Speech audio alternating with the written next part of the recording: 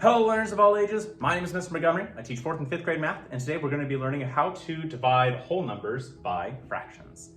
Now, at the very beginning of this chapter, we divided a whole number divided by a unit fraction, and we also learned in lesson 2 how to do reciprocals. We're going to have to use both those skills in order to divide a whole number by a fraction.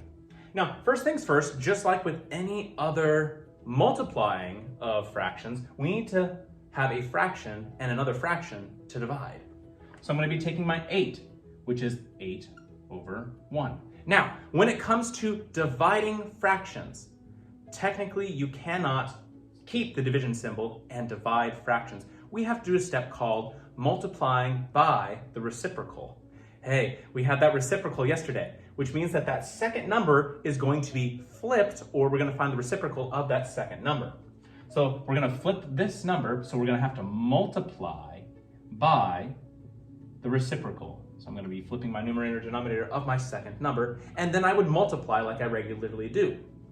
8 times 10 is 80, and 1 times 3 is 3. Now I have an improper fraction as of now. If they wanted to be put into a mixed number, we can do that step.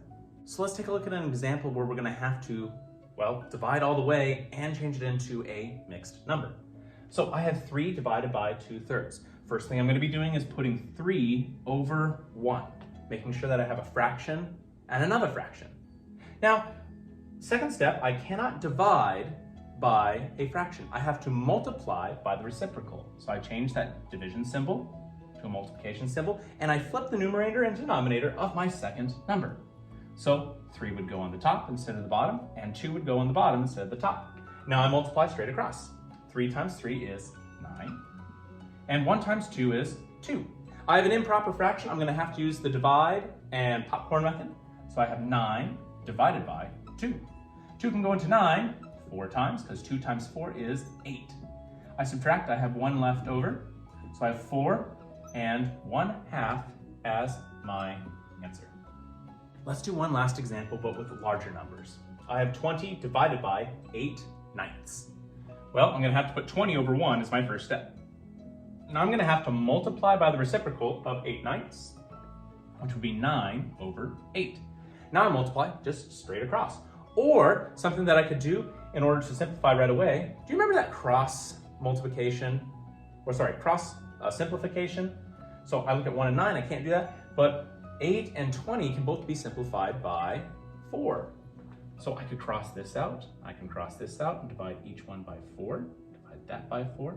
So 20 divided by 4 is 5, I have 1, and 9 stays the same, and 8 divided by 4 is 2.